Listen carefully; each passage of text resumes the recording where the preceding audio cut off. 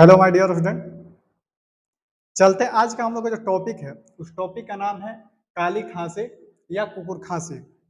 इसको अंग्रेजी में हम लोग पर्ट्यूटिस या हुपिंग कफ के नाम से जानते हैं। यह जो बीमारी होता है यह एक प्रकार के संक्रामक बीमारी है और तीव्र संक्रामक बीमारी है जो कि बच्चे लोगों में ज्यादा यह होने की संभावनाएं बनी रहती है। तो काली खांसी या कुकुर खांसी क्या होती है? यह एक प्रकार की तीव्र संक्रामक बीमारी है जो कि बोर्डेटला पर्ट्यूटिस बेसिलाई नामक जीवाणु की वजह से फैलता है। यानी इसका जो फैक्टर होता है, रोग को फैलाने का जो कारक होता है, उसका नाम होता है बोर्डेटला पर्ट्यूटिस बेसिलाई। इसी जीवाणु के कारण से बीमारी हम लोग को फैलता है और यह रोग जो होता है मुख्य रूप से बच्चे लोग में होता है और ये श्वसन मार्ग को प्रभावित करता है। यानी इस बीमारी में यानी काली खांसी में हम लोग का जो प्रभावित होता है वो होता है श्वसन मार्ग। यानी श्वसन मार्ग हम लोग को इस रोग में हम लोग को प्रभावित होता है और इस बीमारी के बारे में हम लोग आज विस्तृत जानकारी लेंगे। यदि आप मेरे यूट्यूब चैनल पर नया वीडियो आप देख रहे हैं तो हमारे चैनल को सब्सक्राइब कर लीजिएगा और अधिक से अधिक इसको शेयर भी करें ताकि अधिक से अधिक छात्र छात्राओं को मिलता भी रहेगा। तो काली खांसी है और काली खांसी में आपको बताया कि यह एक प्रकार की तीव्र संक्रामक बीमारी है जो कि बच्चे लोगों में होता है। इसका होने का कारण जो होता है बोर्डेटला पर्ट्यूटिस बेसिलाई नामक जीवाणु जो होता है उन्हीं के कारण से ये बीमारी होता है। उसके बाद यदि इसको हम लोग बात करते हैं प्रॉब्लम स्टेटमेंट के बारे में, तो हुपिंग कफ जो होता है वर्ल्ड वाइज प्रॉब्लम है, यानी विश्व स्तरीय प्रॉब्लम है। ये विश्व में हर जगह पर इस तरह की बीमारियां पाई जाती है और इसका मोर्टिलिटी रेट भी बहुत अधिक होता है। यानी कि हुपिंग कफ से अधिक बच्चे लोग का डेथ भी हो जाता है। तो इस तरह से एक प्रकार की खतरनाक बीमारी है, तीव्र संक्रामक बीमारी है और यह जो होता है वर्ल्ड वाइज प्रॉब्लम है, यानी विश्व स्तरीय विश्वव्यापी संक्रमण महामारी है। और उसके बाद यह जो होता है इसका मोर्टिलिटी रेट अधिक होता है। इसमें सही समय पर यदि इलाज न कराया जाए तो इसमें बच्चा का डेथ भी हो सकता है। हुपिंग कफ जो होता है यदि हम लोग बात करें तो 1 लाख में 587 पर ईयर, यानी प्रत्येक साल यदि भारत की हम लोग बात करते हैं तो प्रत्येक साल 1 लाख बच्चे लोगों में आपको 587 बच्चे को प्रभावित करता है और इसमें देखने को आज तक मिलता है। ये इंडिया का बात है। इंडिया में 1 लाख यदि बच्चा को हम लोग सर्वे करते हैं तो उसमें 587 बच्चा जो होता है हुपिंग कफ के शिकार पाया जाता है। ये संक्रमण भारत में भी बहुत तेजी से फैलता है और फैलने वाली बीमारी है।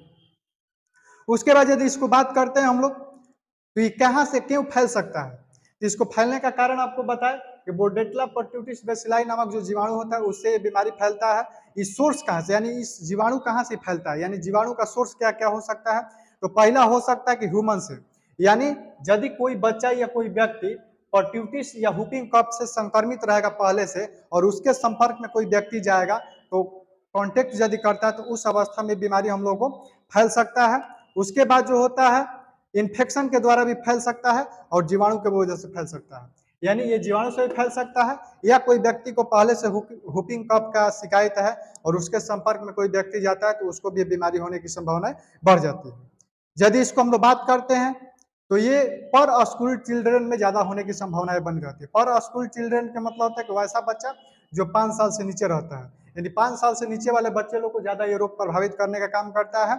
ठीक है, और सबसे ज्यादा जो होता है हम लोग को अंडर 5 ईयर्स के बच्चे को, जैसे कि आपको बताया कि 5 साल से नीचे के लड़का लोग को ज्यादा प्रभावित करने का काम करता है। यदि इसका हम लोग बात करते हैं तो फीमेल में यानी लड़कियों में इस तरह की बीमारी यानी हुपिंग कफ और पर्ट्यूटिस नामक जो बीमारियां होती है लड़कियों में औसतन देखा जाए तो लड़कियों में ये ज्यादातर देखने को मिलता है।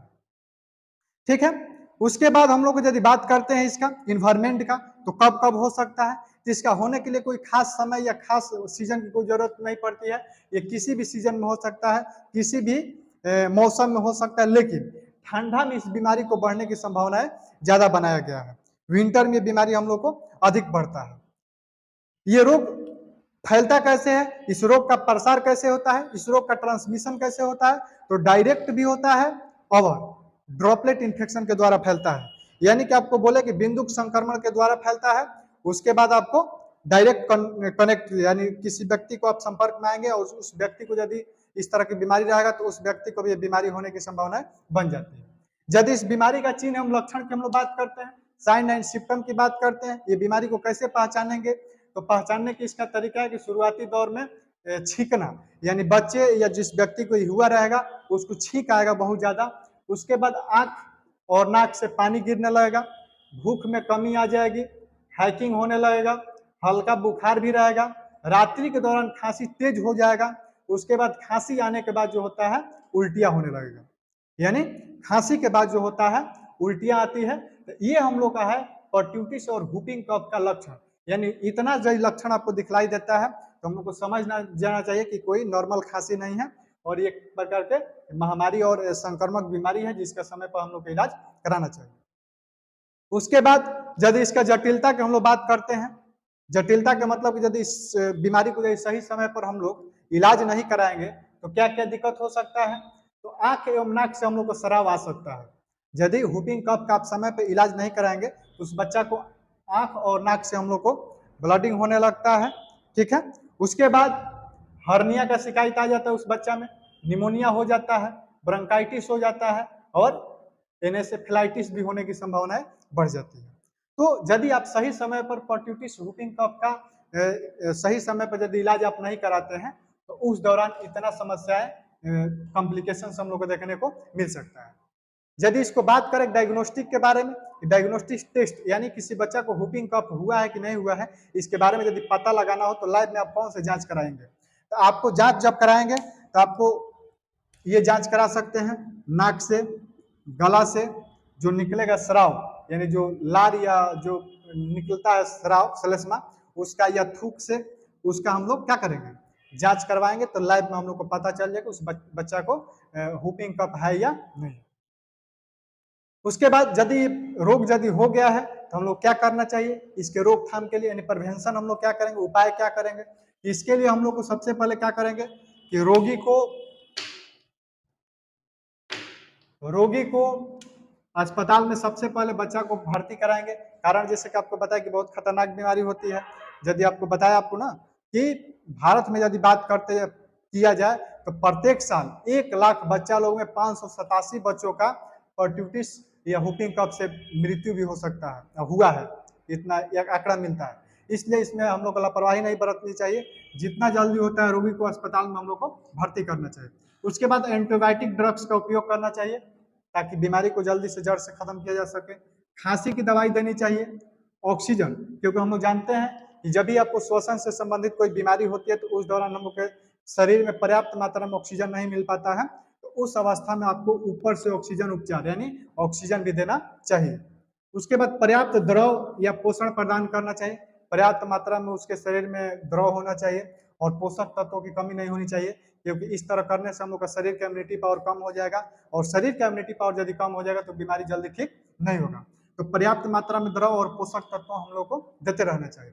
उसके बाद विष संपर्कन कक्ष, क्योंकि आपको बताया यह जो बीमारी होता है एक प्रकार का कॉन्टेक्ट बाई कॉन्टेक्ट भी फैलता है, यानी एक व्यक्ति दूसरे व्यक्ति के संपर्क में आएगा तो उसको भी बीमारी हो सकता है। इसलिए उस बच्चा को या उस व्यक्ति को हम लोग को विष संपर्क यानी उसको दूसरा कक्ष हम लोग को प्रोवाइड कराना चाहिए, उस बच्चा को हम लोग को दूसरे जगह पर रखना चाहिए, एकांत ये रखना चाहिए, ठीक है। उसके बाद उसके आसपास के वातावरण को हम लोग शांत, जैसे कि हम लोग जानते हैं कि कोई भी व्यक्ति नॉर्मली बीमार पड़ता है तो उसको हाला या शोर शराबा या प्रकाश या इस तरह चीजें उसको अच्छा नहीं लगता है।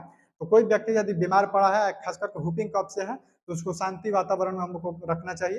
तो ये हम लोग का रहा व्हूपिंग कफ। मैं उम्मीद करता हूँ कि इस वीडियो में आपको सभी टॉपिक पर हम विस्तृत जानकारी दिए। यदि आपको लगता है कि किसी प्रकार के आपको मन में सवाल है तो आप हमारे कमेंट सेशन में जरूर कमेंट करेंगे। यदि आप हमारे फेसबुक पर नए वीडियो देख रहे हैं या नए आप मेंबर बने हुए हैं तो आप मेरे फेसबुक को फॉलो करिए, पेज को लाइक और कमेंट और शेयर करिए। और यदि मेरे यूट्यूब चैनल पर आप देख रहे हैं, यूट्यूब चैनल को सब्सक्राइब करिए, बेल आइकन को दबाना ना भूलिए।